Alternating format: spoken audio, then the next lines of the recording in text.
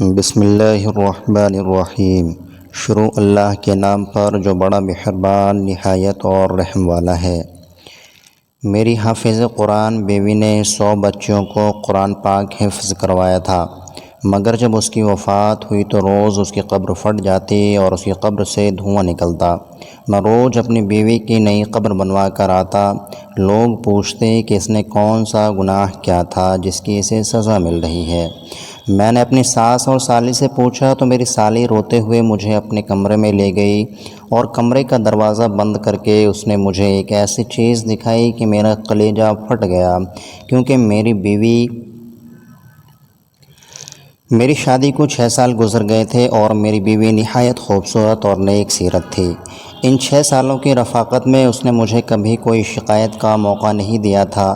میری بیوی حافظ قرآن تھی اور شادی سے پہلے اس نے 100 بچوں کو قرآن مجید حفظ کروایا تھا، جس کی وجہ سے مجھے ہر وقت یہی سوچ کر خوشی ہوتی تھی کہ میری بیوی کی صرف دنیا ہی نہیں بلکہ آخرت بھی آسان ہوگی اور وہ یقیناً میرے بچوں کی بھی اچھی تربیت کرے گی۔ ہم دونوں میاں بیوی کو بچوں کا بھی بہت شوق تھا، مگر شادی کو اتنا وقت گزر جانے کے بعد بھی ہماری اولاد نہیں ہوئی تھی۔ محترم ناظرین، یہ ویڈیو کافی دلچسپ ہونے والی ہے، اس ویڈیو کو آخر تک ضرور دیکھیے گا۔ اب میں مایوس سا ہونے لگا تھا اور ایسے موقع پر عموماً لڑکیاں سب سے پہلے نا امید اور دل برداشت ہونے لگتی ہیں، مگر میری بیوی اپنی اداسی ظاہر نہیں کرتی تھی اور صبر سے وقت گزار رہی تھی۔ پھر شادی کے اتنے سال بعد اللہ کو میری بیوی کا صبر پسند آ ہی گیا تھا اور ہمیں اولاد کی خوشخبری ملی۔ میں اس دن بہت خوش تھا اور اپنی بیوی کا بہت زیادہ خیال رکھ رہا تھا، کیونکہ ڈاکٹرز کا کہنا تھا کہ میری بیوی کو بہت احتیاط کی ضرورت ہے۔ میرا بس نہیں چلتا تھا کہ میں اپنی بیوی کو بستر سے نیچے اترنے دوں۔ ہماری بہت زیادہ احتیاط اور دعاؤں کے باعث اللہ تعالیٰ نے ہمیں صحت مند اور پیارا سا بچہ دیا تھا، مگر بچہ پیدا ہوتے ہی میری بیوی کی طبیعت ایک دم سے بگڑ گئی تھی۔ میں نے ایسا تو بالکل نہیں سوچا تھا کہ بچہ ہوتے ہی میری بیوی کو کھو دوں گا۔ اپنی بیوی کی طبیعت کا سن کر میں نے اللہ سے اس کی زندگی کی بہت دعائیں مانگی، مگر میری دعائیں رد ہوتی گئی اور میری بیوی اللہ کو پیاری ہو گئی۔ میں غم سے بے حال ہو رہا تھا۔ سب جاننے والے میرے لیے افسوس کا اظہار کر رہے تھے اور میں غم زدہ سا ایک کونے میں بیٹھا ہوا تھا۔ جب غسل وغیرہ دے کر تدفین کے لیے ہم قبرستان پہنچے تو آسمان پر بالکل سیاہ بادل پھیلا ہوا تھا اور دن کے وقت بھی ایسا لگ رہا تھا جیسے رات ہو گئی ہو۔ جو ہی میری بیوی کو دفن کیا گیا، نہایت تیز بارش شروع ہو گئی اور ایسی طوفانی ہوائیں چلنے لگی کہ سب حیران و پریشان رہ گئے۔ بیوی کو دفن کرنے کے بعد ہم سب اپنے اپنے گھروں کو پہنچے تھے۔ مجھے ایسا لگ رہا تھا جیسے موسم بھی میرے ساتھ میری بیوی کی موت کا غم منا رہا ہو۔ رات دیر تک تیز طوفان چلتے رہے۔ میرا بچہ فی الوقت میری بیوی کے گھر والوں نے سنبھالا ہوا تھا اور وہ لوگ میرے گھر پر ہی قائم پذیر تھے، اس لیے میں بھی بچے کی طرف سے بے فکر ہو کر اپنے کمرے میں اکیلا بیٹھا اپنی بیوی کو یاد کرتا اور اسے یاد کرتے کرتے میری آنکھ لگ جاتی۔ صبح کے قریب میں نے خواب دیکھا کہ میری بدحال سی بیوی بہت بری طرح رو رہی ہے۔ اپنی بیوی کو اتنی بری طرح روتا دیکھ کر میں تڑپ اٹھا تھا اور عین اسی وقت میری آنکھ کھل گئی۔ باہر طوفانی بارش اور ہوائیں اب تھم چکی تھی اور آسمان بھی صاف ہو چکا تھا۔ اب مجھے وہ خواب پریشان کر رہا تھا۔ میں نے ہمیشہ اپنی بیوی کو ہنستے مسکراتے ہی دیکھا تھا۔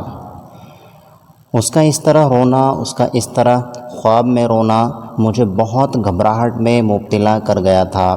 میں نے گھڑی پر وقت دیکھا تو فجر کا وقت تھا۔ میں نے اٹھ کر فجر کی نماز ادا کی اور اپنی بیوی کی مغفرت کی دعائیں کرنے لگا۔ ویسے تو مجھے پورا یقین تھا کہ میری بیوی جیسی نیک شفت نمازی اور حافظ قرآن عورت اللہ نے قبر کی تنگی سے بھی نجات دے دی ہوگی۔ میں نے دعا کے بعد اٹھ کر کمرے سے باہر جھانکا تو سب لوگ نماز پڑھنے میں مصروف تھے۔ دوستو، اس ویڈیو کو آخر تک ضرور دیکھیے گا اور ساتھ ہی ساتھ ویڈیو کو لائک کر چینل کو سبسکرائب ضرور کیجیے گا۔ میں نے اپنے بیٹے کا پوچھا تو میری بیوی کے بھائی نے مجھے بچہ لا کر دیا۔ وہ سکون سے سو رہا تھا۔ میں مطمئن ہو گیا اور کتنی ہی دیر اپنے بیٹے کو سینے سے لگا کر بیٹھا رہا۔ اپنے بچے کو پیار دے کر میں گھر سے نکل کر سیدھا قبرستان پہنچ گیا تھا۔ میں اپنی بیوی کے لیے قرآن پڑھنا چاہ رہا تھا اور کچھ اس رات والے طوفان کے بعد میں اس کی قبر کی حالت کا بھی اندازہ لگانا چاہ رہا تھا۔ میں قبرستان پہنچ کر اپنی بیوی کی قبر کے پاس پہنچا تو اس کی قبر کی حالت دیکھ کر میرے رونگٹے کھڑے ہو گئے تھے۔ میرا دل ایک دم خوف سے پھٹنے والا ہو رہا تھا، کیونکہ جس عورت کو میں نیک اور جنتی سمجھ رہا تھا اس کی قبر پر ایسا عذاب آیا ہوا تھا کہ مجھ جیسا مضبوط سا مرد بھی اندر تک دہل گیا تھا۔ میری بیوی کی قبر پھٹی پڑی تھی اور اس میں سے دھواں نکل رہا تھا۔ وہاں اتنی تپش تھی کہ میرا وہاں کھڑا ہونا مشکل ہو گیا تھا۔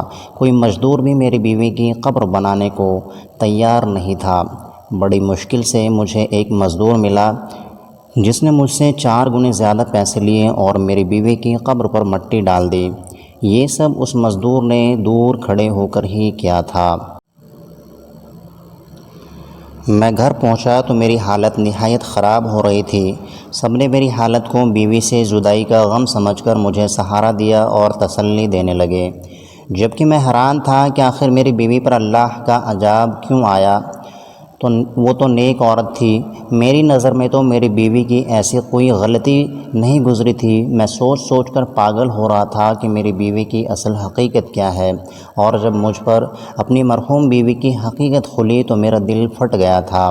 مجھے دکھ یہ بھی تھا کہ اگر میری بیوی کوئی گناہ کر بھی رہی تھی تو کاش مجھے پہلے پتہ چل جاتا تاکہ میں اسے اس گناہ سے روک لیتا اور اس عذاب سے بچا لیتا۔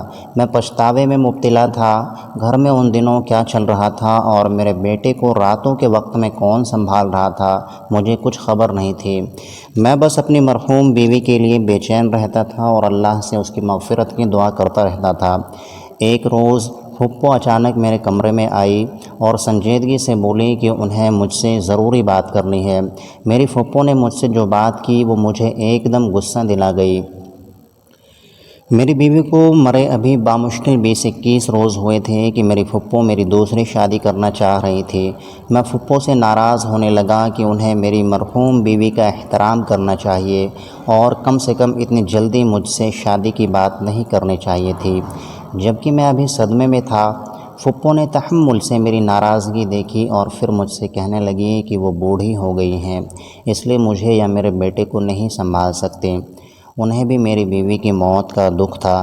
جب میں نے پھپھو کی ان باتوں کا کوئی بھی اثر نہ لیا تو پھپھو نے مجھ سے کہا کہ بیٹا ٹھیک ہے، تم اپنا بیٹا خود ہی سنبھالو یا پھر اپنا بیٹا اسی کو دے دو جو اسے دن رات ماں کی طرح سنبھال رہی ہے۔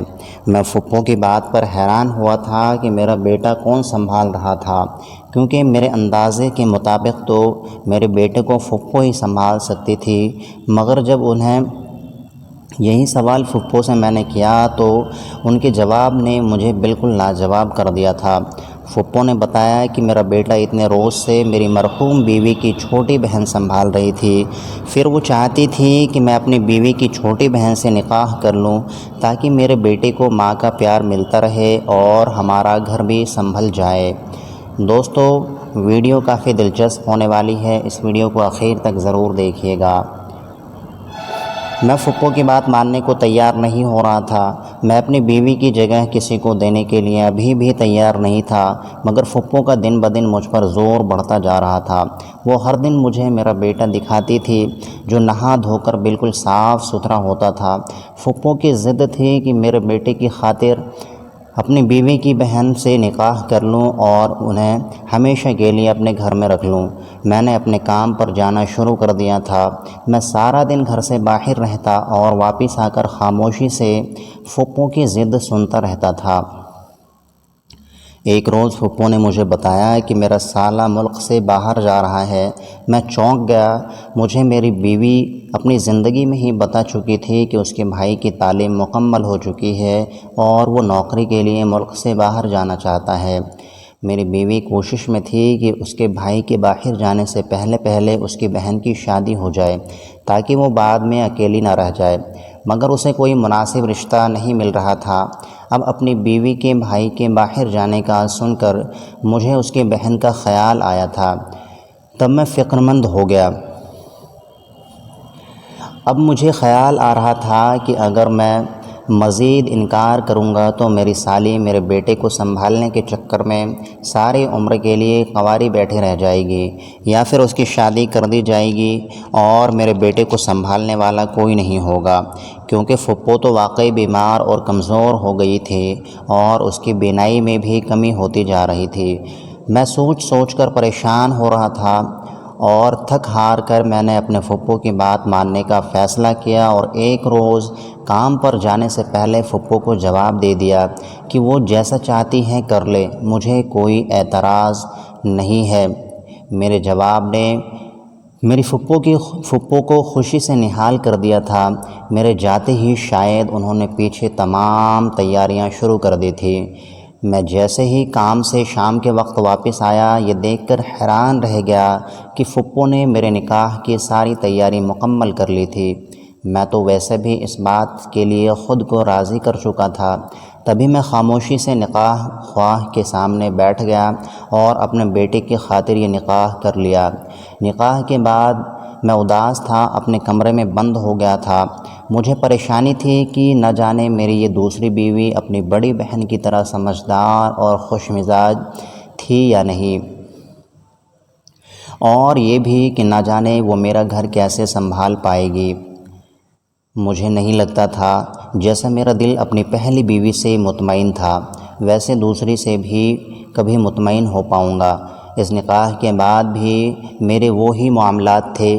میں صبح سویرے کام پر چلا جاتا، شام کے وقت گھر لوٹتے ہی اپنے کمرے میں بند ہو جاتا تھا۔ میری دوسری بیوی کے خاموشی سے میرا ہر کام سنبھال لیا تھا۔ میرا کمرہ بھی اب بالکل صاف ستھرا رہنے لگا تھا۔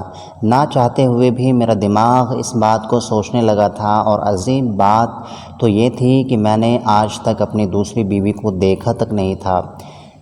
میں نہیں جانتا تھا کہ وہ کیسی لڑکی ہے، کیونکہ میری پہلی شادی پر بھی اس نے مجھ سے پردہ کیا تھا۔ کیونکہ میری بیوی دینی معاملات کی سب سمجھ رکھتی تھی، اس لیے اس نے اپنے بہن کا مجھ سے پردہ کروایا تھا، اور وہ پردہ آج بھی اسی لڑکی سے نکاح ہو جانے کے بعد بھی قائم تھا۔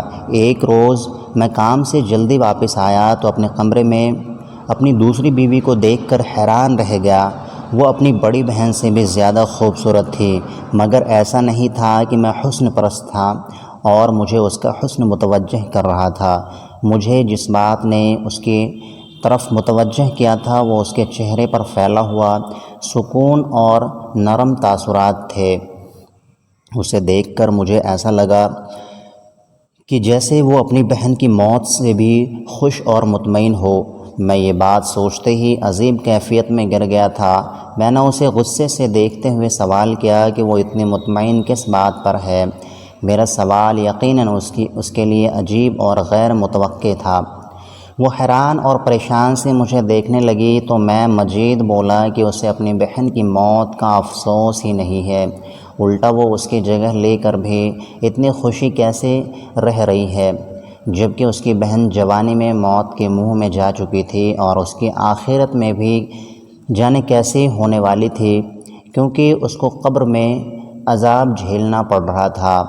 میں نے اپنی مرحوم بیوی کا یہ راز غصے میں سوچے بغیر اس کی بہن کے سامنے بول دیا تھا، مگر میری بات پر جب اس کے چہرے کے تاثرات بدلے تو مجھے اپنی غلطی کا احساس ہوا اور میں چپ ہو گیا۔ میری دوسری بیوی کچھ دیر صدمے سے مجھے دیکھتی رہی اور پھر بری طرح رو پڑی۔ میں اسے روتا دیکھ کر بوکھلا گیا تھا۔ روتے روتے وہ ایسی بات بولنے لگی جس نے مجھے شاکت کر دیا تھا۔ وہ بار بار کہہ رہی تھی کہ مجھے یہی خوف تھا کہ بڑی بازی سے اللہ تعالی ناراض ہو جائے گا اور اسے سخت عذاب دے گا، مگر وہ میری سنتے ہی نہیں تھی۔ میں اپنی بیوی کے الفاظ پر دنگ رہ گیا تھا، یعنی میری مرحوم بیوی کچھ ایسا کرتی تھی جس سے اس کی بہن بھی واقف تھی اور اسے روکتی تھی۔ جب میں نے اپنی بیوی سے تفصیل پوچھی تو وہ ہڑبڑا گئی اور بات بدلنے کی کوشش کرنے لگی، مگر میں نے سب سچ جاننے کے لیے التجا کی تو اس نے مجھے اپنی بڑی بہن کی اصلیت بتائی۔ جسے سن کر میرے ہوش اڑ گئے تھے۔ اس نے بتایا کہ میری بہن واقعی نیک لڑکی تھی اور حافظ قرآن ہونے کی وجہ سے ہر وقت قرآن کی تلاوت کرتی رہتی تھی۔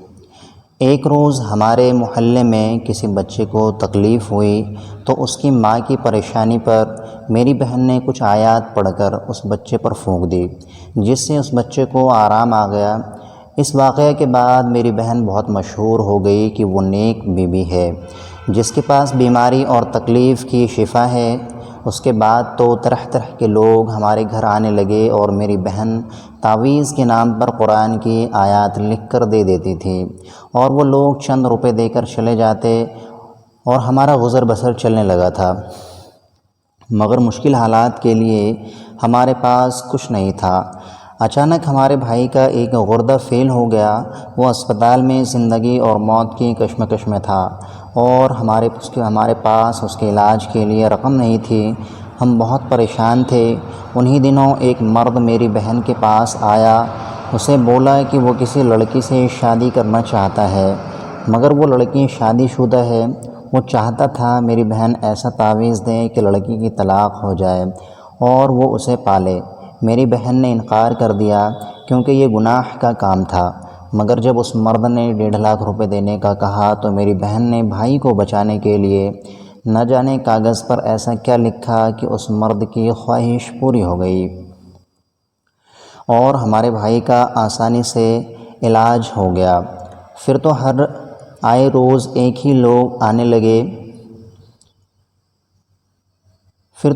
روز ایسے لوگ آنے لگے جو ناجائز مطالبہ کے لیے تعویذ بنواتے اور ڈھیروں پیسہ پکڑا کر چلے جاتے۔ ایک روز میں نے چھپ کر اپنی بہن کو وہ تعویذ بناتے ہوئے دیکھا تو میرا سر پر آسمان گر پڑا، کیونکہ میری بہن کاغذ پر قرآن پاک کی آیات الٹا لکھ کر دیتی تھی اور یہ کالا علم تھا۔ میں دکھ سے پاگل ہوتی بہن کو روکنے لگی، اسے سمجھانے لگی کہ وہ توبہ کر لے۔ وہ بولی کہ اگر میں ایسا نہ کرتی تو ہمارا بھائی کب کا مر جاتا۔ میں اس بات پر غصہ ہو گئی تھی۔ میں نے بہن کو کہا کہ اس سے تو اچھا تھا ہمارا بھائی مر جاتا، مگر یہ حرام کام نہ کرتی۔ زندگی موت تو اللہ تعالیٰ کے ہاتھ میں ہے۔ اپنی بہن کو میں بہت سمجھاتی رہی، مگر اب وہ لالچ میں آ چکی تھی۔ وہ اتنی نیک تھی کہ روحانیت پا چکی تھی، مگر اس نے پیسے کے لالچ میں سب کچھ گنوا دیا تھا۔ اس کی زندگی اچھی تھی، وہ نماز قرآن بھی کرتی رہی اور حتیٰ کہ اس کی شادی ہو گئی، مگر اس نے وہ گناہ کبیرہ نہیں چھوڑا اور پیسہ کماتی رہی۔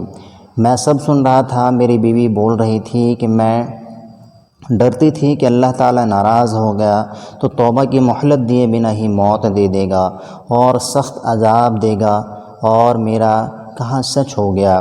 میں گمسم ہو گیا تھا۔ میں اپنی بیوی کو اتنا نیک سمجھتا رہا اور وہ صرف دنیاوی پیسے کی لالچ میں اتنا بڑا گناہ کرتی رہتی تھی۔ اور میرے سامنے بیٹھی میری دوسری بیوی اس جیسی حافظوں نہ ہونے کے باوجود اللہ کا خوف رکھتی تھی۔ اللہ تعالیٰ نے مجھے اب اصل میں نیک بیوی سے نوازا تھا۔ کالا علم کرنے والے اور کروانے والے دونوں کے لیے اللہ کے یہاں سخت عذاب ہے۔ کبھی بھی کسی اپنے کی شدید بیماری میں بھی اس گناہ کا مرتکب نہیں ہونا چاہیے، کیونکہ ہو سکتا ہے اس بیماری کے بعد جب اسے موت آئے تو وہ اس کی نجات کا ذریعہ ہو جائے۔ دوستوں، امید کرتا ہوں آپ کو ویڈیو پسند آئی ہوگی۔ ملتے ہیں آپ کو اگلی ویڈیو میں، تب تک کے لیے اللہ حافظ۔